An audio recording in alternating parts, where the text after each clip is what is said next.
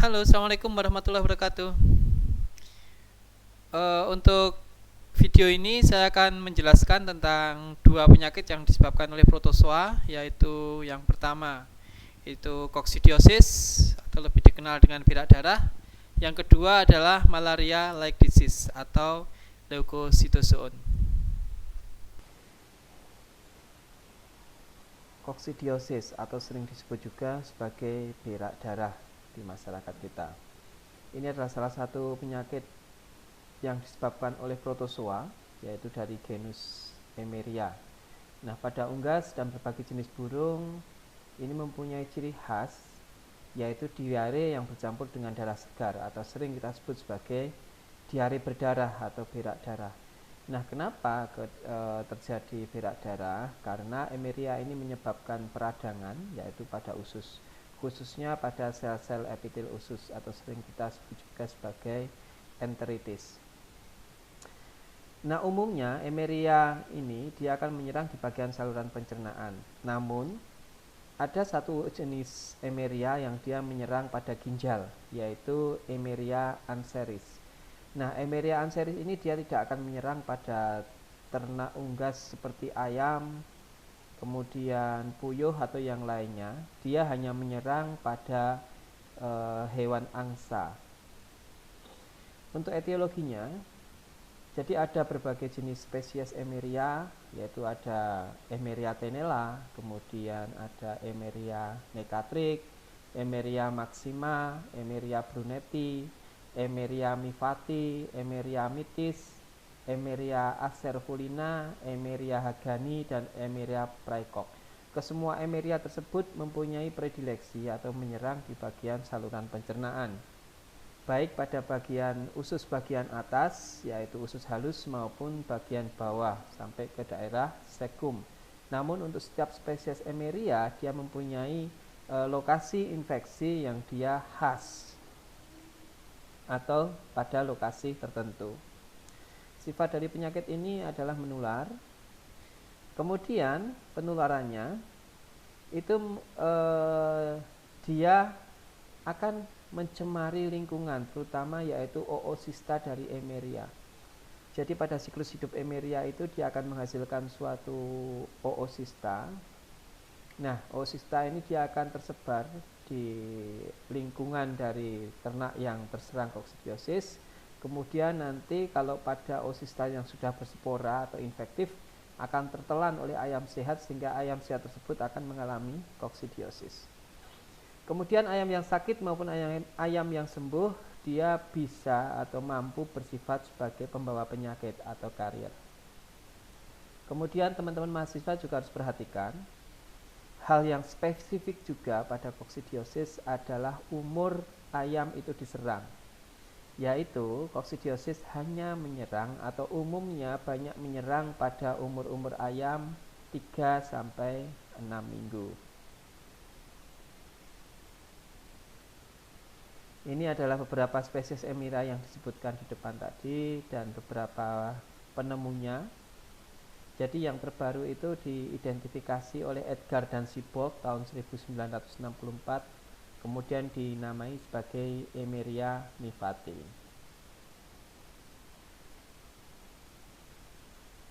Ini adalah lokasi-lokasi dari setiap spesies Emeria. Teman-teman mahasiswa bisa lihat untuk di daerah duodenum. Itu di sana ada Emeria acervulina, Emeria mifati, hagani, praecox, dan mitis. Kemudian di small intestine atau usus halus yang lain itu ada necatrix, kemudian maxima. Kemudian di usus besar itu bisa kita jumpai infeksi dari Emeria bruneti.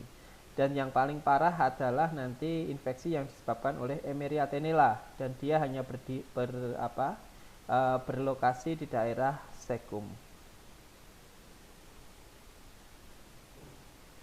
Ini adalah morfologi dari Emeria.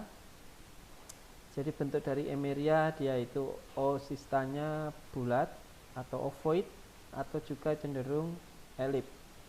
Kemudian kalau teman-teman mahasiswa bisa melihat di dalam bentukan oocysta itu ada yang terdapat satu lingkaran, ada juga yang terdapat dua lingkaran. Nah, yang satu lingkaran itu yang kita sebut sebagai oosista muda atau yang belum bersporulasi. Nah, untuk oosista yang belum bersporulasi ini dia tidak infektif sifatnya, jadi tidak akan menimbulkan koksidiosis pada ayam yang memakan oosista yang belum berspora. Nah, berbeda dengan bentukan yang sudah ada dua lingkaran di dalam oosista, itu berarti dia sudah matang oosistanya atau sudah memasuki stadium infektif. Nah, untuk yang sudah stadium infektif ini yang dia mampu menimbulkan koksidiosis pada ayam atau ternak unggas, tentunya dengan jumlah tertentu. Kemudian panjang oosista bervariasi dari 16 sampai 29 mikron, ini tergantung dari spesies dari Emeria tersebut. Kemudian di dalam oosista itu nanti terdapat 4 bentukan, yaitu 4 sporosista. Kemudian masing-masing sporosista itu terdapat 2 sporozoid, sehingga dalam satu oosista itu terdapat 8 sporozoid. Nah, sporozoid ini yang nantinya dia akan menginfeksi sel-sel epitel dari saluran pencernaan dari usus, sehingga akan terjadi enteritis atau peradangan pada usus. Nah, ini adalah gambaran dari oosista yang bagian A. Ini adalah oosista muda atau yang belum bersporulasi.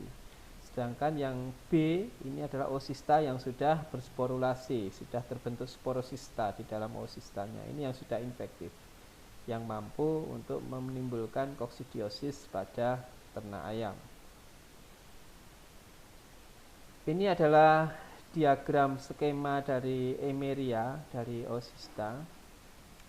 Jadi di dalam oosista itu terdapat 4 sporosista, kemudian di masing-masing sporosista terdapat 2 sporozoid. Sehingga nanti ketika di saluran pencernaan oosista ini akan pecah dan 8 sporozoid itu masing-masing nanti akan menginfeksi satu sel epitel dan akan terus berkembang sehingga menimbulkan peradangan, merusak dari sel epitel tersebut. Ini adalah gambaran mikroskopis dari beberapa Emeria, yaitu kita mulai dari yang Emeria maxima. Kenapa disebut maxima? Karena memang ukurannya yang terbesar. Tapi kalau secara umum bentuknya itu sama. Jadi yang membedakan hanyalah bentuk dari ukuran oosista tersebut. Itu yang pertama. Kemudian yang kedua adalah lokasi di mana dia menginfeksi. Itu setiap spesies ada perbedaan. Di sini juga ada Emeria brunetti, kemudian ada Necatrix, dan yang lainnya. Ini ada 2 maksima yang atas sama bawah. Ini hanya ada perbedaan dalam pengamatan atau observasinya. Perbedaan perbesaran maksud saya. Kemudian ini adalah ukuran untuk setiap masing-masing spesies dari Emeria, baik itu panjang maupun lebarnya.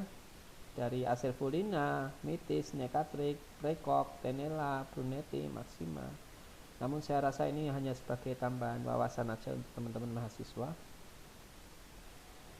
Ini gambaran dari tingkat keparahan. Kalau adik-adik lihat di tabel yang typical of lesion ini, paling parah adalah Tenella, Necatrix, dan Acervulina. Kemudian di sebelah tabel yang dia tertulis parasite tissue location ini adalah bagian dari usus yang diserang. Misalnya kita ambil contoh adalah Acervulina. Acervulina dia akan menyerang bagian fili-fili usus pada lokasi usus tertentu. Atau kemudian di situ ada juga Emeria tenella. Maka dia hanya menyerang pada bagian cecum. Nah, kalau yang Acervulina itu dia hanya fili di bagian usus halus atau small intestine. Kemudian kalau Emeria brunetti dia sama dengan Acervulina, dia hanya menyerang bagian fili dari small intestine atau usus halus. Sedangkan Maxima dan Necatrix dia mampu menyerang sampai ke daerah Crypts atau daerah kelenjar-kelenjar pada saluran pencernaan pada bagian usus. Nah, kalau Tenella dia hanya menyerang pada bagian cecum. Untuk gejala klinis, ini ada beberapa yang saya tebali. Ini menjadi kunci atau tanda yang khas dari kondisi koksidiosis. Yang pertama, ayam umur 3-6 minggu. Koksidiosis hanya menyerang ayam-ayam muda, yaitu umur 3-6 minggu. Itu yang paling peka. Kemudian adanya berak darah atau berak bercampur darah segar. Nafsu makan turun, namun nafsu minumnya dia justru naik 2-3 kali lebih banyak. Kemudian ada anemia, lemah, lesu. Nah, sayap terkulai ini juga menjadi ciri khas dari koksidiosis. Kemudian bulu berdiri. Kemudian mengantuk juga menjadi ciri khas dari koksidiosis. Pada layar dewasa, walaupun dia sudah berumur istilahnya di ayam, namun juga masih terserang koksidiosis dan biasanya bersifat subklinis atau tidak disertai tanda-tanda yang khas. Dan yang kita jumpai biasanya hanya terjadi penurunan produksi telur. Morbiditas atau angka kesakitan dan mortalitas atau angka kematian bervariasi, jadi tergantung dari jumlah oosista yang masuk dan kondisi ketahanan tubuh dari ternak unggas tersebut. Kemudian gejala klinis yang lain adanya hambatan pertumbuhan, FCR yang rendah. Kemudian satu lagi yang harus diperhatikan teman-teman mahasiswa, pada kasus koksidiosis, untuk ayam yang sembuh dia bisa bersifat sebagai carrier atau pembawa penyakit, mampu menghasilkan oosista yang mampu mencemari lingkungan kembali.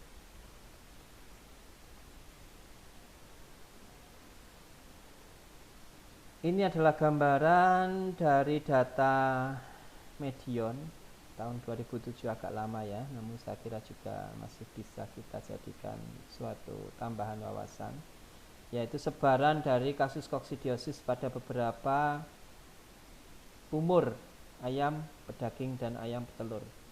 Nah, terbanyak pada ayam pedaging itu dia ketika berumur 22-28 hari atau sekitar 3 sampai dengan 4 minggu.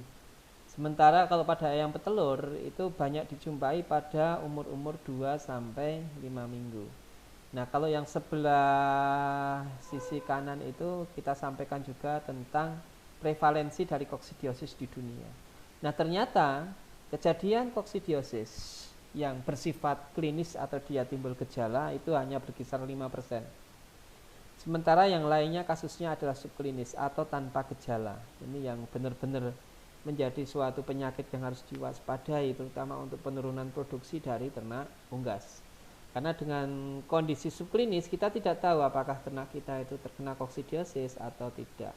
Kalau dulu pada pakan itu biasanya ada koksidiostat atau anti koksidiosis. Namun saat ini sepertinya ada aturan yang melarang hal tersebut.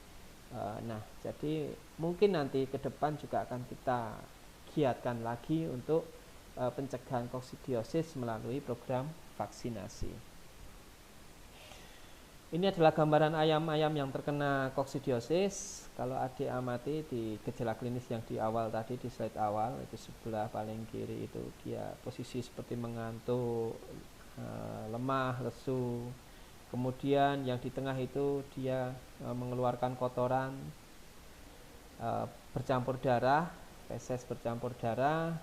Kemudian kalau yang sebelah kanan ini dia gambaran dari feses penderita koksidiosis. Jadi benar-benar ada darah, gumpalan darah di dalam kotoran ayamnya.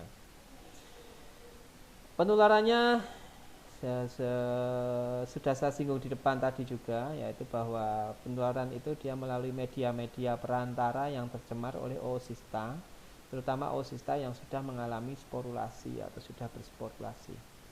Nah, oosista yang sporulasi ini dia akan tertelan oleh ayam sehat sehingga menimbulkan koksidiosis. Dalam hal ini, kasus koksidiosis dia tidak membutuhkan hospes perantara.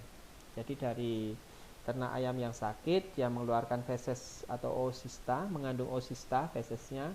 Oosista dia akan bersporulasi di lingkungan, kemudian ada ayam sehat, dia mematuk-matuk dan tanpa sengaja oosista yang sudah bersporulasi dari ayam yang sakit tadi masuk ke dalam tubuh ayam yang sehat dalam jumlah tertentu sehingga menimbulkan suatu gejala klinis atau penyakit. Ini adalah gambarannya.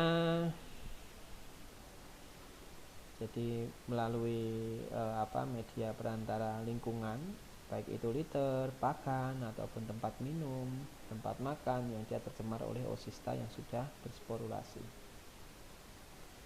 Patogenesis. Jadi oocysta itu dia bersporulasi pada lingkungan yang tepat untuk dia bisa berkembang, yaitu pada suhu kamar, yaitu 1-2 hari di lingkungan dia sudah mampu untuk bersporulasi. Jadi ketika oocysta itu misalnya hari ini dia keluar dari tubuh ayam yang sakit, maka 2 hari ke depan dia sudah bisa bersifat infektif atau sudah bersporulasi. Kemudian ayam yang kurang dari 3 minggu itu justru tahan. Jadi misalnya ada di OC umur 1-7 minggu makan atau tidak sengaja menelan oocysta yang sudah bersporulasi, itu justru dia itu tahan. Kenapa? Karena kadar kimotripsin dan garam empedunya masih rendah. Nah, kimotripsin dan garam empedu ini dibutuhkan oleh oocysta untuk memecah dinding oocysta di dalam saluran pencernaan. Nah, ketika dinding oocysta itu pecah, maka nanti sporocysta akan keluar dari oocysta. Nah, nanti dengan zat yang sama, sporocysta ini dia akan pecah lagi sehingga keluar sporozoid. Nah, sporozoid itu yang nanti akan menginfeksi pada sel-sel epitel dari saluran pencernaan. Nah, pada ayam-ayam yang umurnya masih terlalu muda di bawah 3 minggu itu dia kimotripsin dan garam empedunya rendah sehingga tidak mampu untuk memecah oocysta yang masuk ke dalam tubuh, itu justru aman. Nah, yang tidak aman itu yang dia sudah berusia mulai 3 minggu, itu dia sudah cukup untuk enzim dan garam empedunya memecah dari oocysta yang masuk ke dalam tubuh. Kemudian ini pada penelitian kematian pada anak ayam itu dia membutuhkan dosis 200.000 oocysta. Jadi kalau dia itu menelan 200.000 oocysta baru nanti dia ada peluang mengalami mati. Kemudian kalau pada ayam yang lebih tua dosisnya dia 50.000 sampai 100.000 oocysta dia sudah cukup. Nah, dalam hal ini yang dijadikan percobaan kita menggunakan Emeria dari spesies Emeria tenella. Ini untuk Emeria tenella biasanya hari ketiga setelah menelan oocysta bersporulasi itu akan mulai timbul gejala klinis. Hari keempat nanti ada timbul berak darah. Nah, nanti akan diperparah pada hari kelima dan keenam. Kemudian setelah itu timbul mortalitas pada populasi unggas tersebut dan hari ke-8 ke-9 terjadi tahap penyembuhan atau eksidental imun timbul. Jadi nanti akan timbul imun secara natural. Nah, ketika sembuh itu bukan berarti oocysta di dalam tubuh dia hilang. Dia masih bisa memproduksi oocysta, sehingga kita sebut sebagai hewan carrier untuk unggas-unggas yang sembuh dari koksidiosis. Ini adalah gambaran bagaimana Emeria itu menginfeksi di dalam saluran pencernaan. Kalau yang di segitiga atas itu ketika dia di luar dari unggas atau di lingkungan. Jadi dia mulai dari oocysta yang belum bersporulasi, kemudian bersporulasi sampai membentuk 4 sporocysta, masuk ke dalam tubuh. Di sana ada kimotripsin, garam empedu yang memecah oocysta, kemudian memecah sporocysta sehingga sporozoidnya keluar. Sporozoid ini dia akan masuk ke dalam sel epitel. Nah, di dalam sel epitel itu, satu sel epitel itu dia terinfeksi oleh satu sporozoid. Nah, di dalamnya dia akan berkembang membentuk suatu lingkaran yang kita sebut fasenya itu diatrobozoid 1. Nah, di sana dia akan semakin membesar, kemudian di dalamnya nanti itu banyak terdapat merozoid. Jadi sporozoid tadi akan berkembang menjadi merozoid dalam jumlah yang banyak. Nah, nanti dia akan pecah, kemudian merozoid itu akan menginfeksi sel-sel epitel yang baru lagi. Kemudian membuat tropozoid yang kedua setiap merozoid. Kemudian dia akan berkembang lagi, kemudian pecah. Nah, ini sebagian dia akan masuk lagi ke sel epitel, dia membentuk gamet betina, gametosit. Kemudian yang lainnya dia di dalam atau di luar sel epitel membentuk gametosit jantan. Kemudian gametosit jantan ini dia akan melakukan suatu regenerasi seksual dengan memasuki sel epitel yang terdapat gametosit betinanya. Di sana kemudian terjadi siklus reproduksi seksual sehingga membentuk satu oocysta. Nah, jadi nanti satu sel itu dia akan terdapat atau di dalamnya ada infeksi satu oosista baru lagi. Kemudian dia akan pecah, kemudian oosista akan keluar dari tubuh ayam melalui feses atau bersama feses. Kemudian memulai lagi siklus hidupnya. Nah, sehingga apa? Karena dia merusak sel epitel, maka beraknya dia bercampur dengan darah. Jadi seperti itu siklus hidup dari Eimeria dan bagaimana dia menyebabkan sakit pada unggas.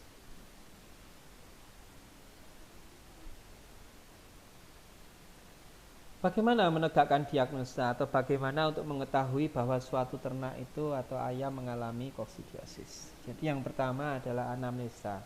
Anamnesa itu meliputi misalnya kalau di koksidiosis itu sejarah di kandang tersebut dulu pernah ada kejadian koksidiosis atau tidak.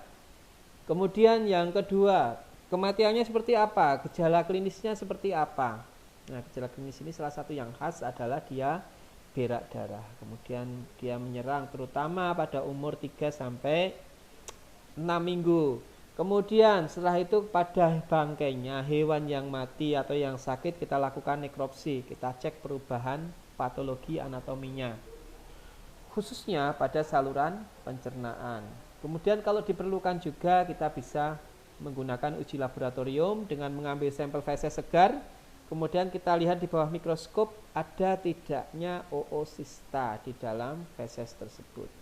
Kemudian kalau kita mau lebih rinci lagi, bisa kita membuat suatu pemeriksaan histologinya, jaringannya. Jadi kita ambil organ saluran pencernaannya, usus dalam hal ini yang dia terdapat lesi atau luka. Kemudian nanti dia akan diperiksa apakah ada koksidianya di dalam sel epitel, di dalam jaringan. Kemudian ini adalah gambaran pada nekropsi, patologi anatomi perubahannya. Di layar ini adik-adik bisa amati, ini adalah organ saluran pencernaan bagian belakang, yaitu sekum. Yang menumpuk di tengah dua ini adalah sekum. Nah, sekumnya kalau adik-adik lihat itu di sana ada pembesaran atau pembengkakan. Kemudian ada warna yang tidak normal. Dalam hal ini adalah warna seperti warna adanya radang yang sudah lama atau seperti pembusukan. Kemudian kalau ini sekum yang sudah dibuka. Nah, kalau di sekum itu dia menciri di sekum itu adalah Eimeria tenella. Eimeria tenella hanya menyerang pada bagian sekum. Tapi tingkat keparahannya, pendarahannya sangat luar biasa. Kalau adik-adik amati di sana ada pendarahan yang cukup hebat. Kalau ini adalah Brunetti, dia tidak di sekum, sekumnya dia tidak terinfeksi, tapi dia di bagian usus besar yang lain. Nah, ini Eimeria Brunetti. Jadi ada bagian-bagian khas dari setiap spesies atau bagian yang khusus untuk setiap spesies itu dia mampu menimbulkan infeksi. Ini tenella bagian sekum, di sana sudah mulai adanya erosi, kerusakan jaringan yang cukup hebat. Ini pada usus halus. Jadi ada di situ ada infeksi campuran dari beberapa jenis Eimeria. Karena di sana ada beberapa spesies Eimeria yang mampu menyerang pada usus halus, seperti Acervulina dan lain-lain. Ini nekatrik juga pada usus halus, terutama pada bagian ilium. Kalau adik-adik amati di sana ada pembengkakan sampai berwarna hampir kebiru-biruan, merah kebiruan. Kemudian Acervulina juga dia pada bagian usus halus, khususnya pada duodenum, itu kita amati di sana ada pembengkakan. Untuk pengobatan agak sulit sebenarnya kalau kita bisa berkata jujur tentang pengobatan koksidiosis, karena memang ini adalah hal yang agak menjadi momok di peternakan unggas. Namun kita bisa mencoba dengan menggunakan preparat sulfa. Misalnya menggunakan sodium sulfametasin atau yang lainnya dengan konsentrasi 0,2%. Kemudian kita kasih pengobatan secara berkala, yaitu dicampur dengan air minum untuk 2 periode masing-masing 3 hari. Kemudian dikasih jeda 2 hari tanpa pengobatan, kemudian dievaluasi. Setelah itu kita lakukan pengobatan kembali. Atau juga bisa menggunakan preparat dari sodium sulfaquinoxalin. Nah, oke, mungkin untuk materi koksidiosis itu yang bisa saya sampaikan ke teman-teman mahasiswa. Untuk pencegahannya sama nggih dengan penyakit yang lain, sanitasi, pengelolaan litter, kemudian overpopulasi tolong diperhatikan. Nah, untuk vaksinasi ini saya kasih tanda tanya karena memang untuk vaksinasi sebaiknya kita menggunakan mix vaksin dalam artian beberapa jenis Emeria untuk dijadikan vaksin. Karena kalau hanya untuk satu spesies di lapangan itu ternyata ada banyak spesies Emeria yang kita jumpai. Oke, terima kasih banyak untuk pertemuan ke-8 ini. Untuk nanti pertanyaan bisa kita diskusikan pada aplikasi Zoom atau melalui WhatsApp pada jam kuliah yang terjadwal di LMS. Leukocytozoon atau malaria-like disease ini merupakan penyakit yang disebabkan oleh protozoa yang dia menyerang pada sel-sel darah dan organ visceral. Organ visceral itu adalah organ dalam. Nama lain dari leukocytozoon itu adalah malaria-like disease. Penyebabnya spesies Leukocytozoon sp. Nanti ada beberapa jenis leukocytozoon. Kemudian dia bersifat akut. Artinya ketika suatu individu ayam itu terserang oleh leukocytozoon, maka dia akan segera menampakkan gejala klinis. Kemudian patogenitasnya dia hanya menyerang pada sel darah dan organ visceral. Dan untuk vektor atau untuk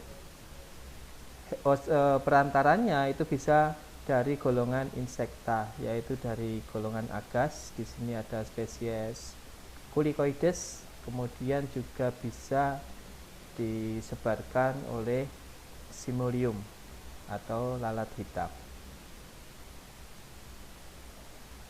Ini beberapa spesies leukocytozoon, ada 4, yaitu yang pertama Cauleri, ini pada ayam dengan vektornya yaitu Culicoides. Kemudian ada Leukocytozoon sabrucesi, ini juga pada ayam. Kemudian vektornya dia lalat hitam atau Simurium. Kemudian ada Leukocytozoon simondi, ini menyerang itik dan angsa, vektornya Simurium juga. Kemudian juga ada Leukocytozoon smithi, ini menyerang hanya pada kalkun. Nah, ini untuk vektornya juga dia Simurium. Jadi maksudnya di sini kenapa ada vektor? Jadi untuk penyebaran malaria pada unggas ini, dia penularannya itu membutuhkan suatu perantara. Nah, perantara di sini adalah golongan insekta, yaitu golongan agas dan lalat hitam. Nah, ketika mereka itu menghisap darah dari unggas yang terkena leukocytozoon, maka leukocytozoon ini dia akan masuk ke dalam vektor tersebut. Kemudian ketika dia menggigit hewan yang lain, maka terjadi penularan. Prinsipnya itu penularannya hampir sama dengan penularan malaria pada manusia, yang dia atau dengan perantara yaitu nyamuk. Nah, ini adalah vektornya. Sebelah kiri dari monitor adik-adik ini ada Culicoides, ini adalah agas. Kemudian yang sebelah kanan ini dia lalat hitam, Simurium, lalat tapi dia juga menghisap darah. Ini untuk morfologi dari leukocytozoon. Jadi kenapa digolongkan dari beberapa spesies atau terdapat beberapa spesies dari leukocytozoon? Ini karena mereka memiliki morfologi yang berbeda antara spesies satu dan yang lainnya. Nah, ini di dalam slide ini dia dirinci. Adik-adik nanti bisa baca, karena ini hanya sebagai tambahan aja untuk pengetahuan adik-adik. Jadi kalau dari sini kita bisa lihat bahwa ukurannya mereka itu berbeda antara spesies yang satu dengan yang lain untuk leukocytozoon. Baik itu ukuran pada gamon, kemudian bentuknya juga ada yang membulat itu pada Leukocytozoon cauleri, dan juga ada yang memanjang seperti sabrucesi dan yang lainnya. Ini untuk yang Leukocytozoon simondi dan Leukocytozoon smithi. Ini adalah gambaran dari leukocytozoon. Jadi ada spesiesnya sebenarnya ada banyak, namun yang pada unggas itu kita mengenal ada 4 tadi. Nah, di gambar ini adik-adik bisa lihat di sana ada Sabracesi, kemudian ada Smithi. Ya, ini ketika dia menginfeksi, nantinya dia akan menginfeksi sel darah merah atau organ-organ visceral yang lain. Kemudian untuk patogenesisnya, jadi dia ketika dia di dalam tubuh ayam atau penderita, itu dia dalam bentuk skizogoni atau merogoni. Ini dia berada pada organ visceral hospes.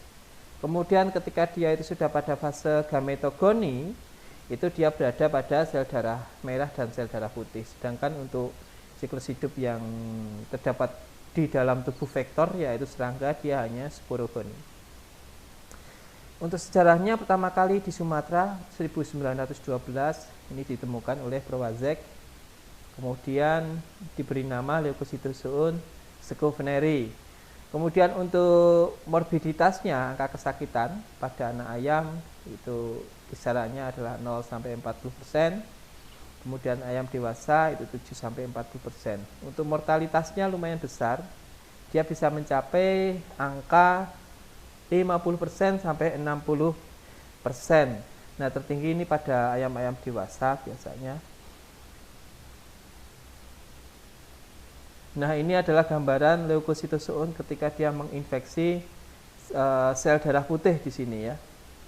Jadi kalau yang adik lihat di sana ada bulatan-bulatan atau lingkaran, yang ada intinya itu adalah sel darah merah, sedangkan yang dia bentuknya sudah tidak beraturan itu adalah sel darah putih yang di dalamnya terdapat leukocytozoon.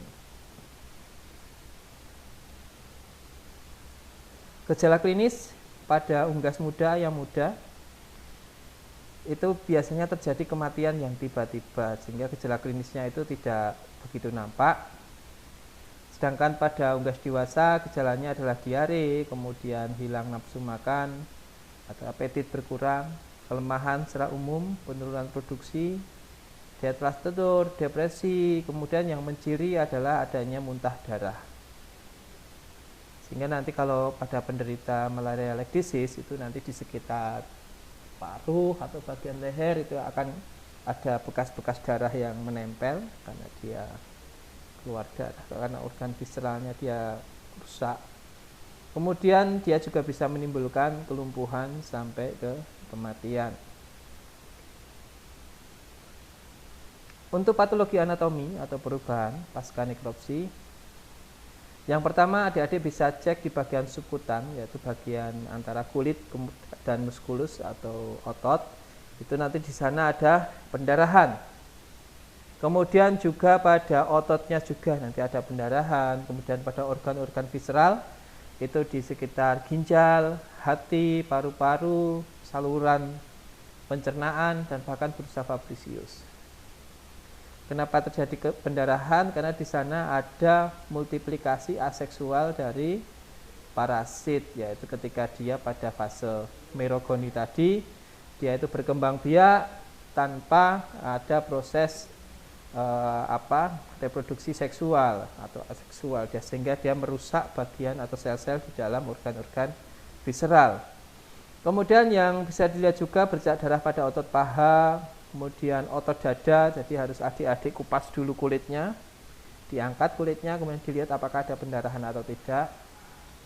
Organ visceral hampir semuanya mengalami pendarahan dan terdapat gumpalan darah pada rongga perut.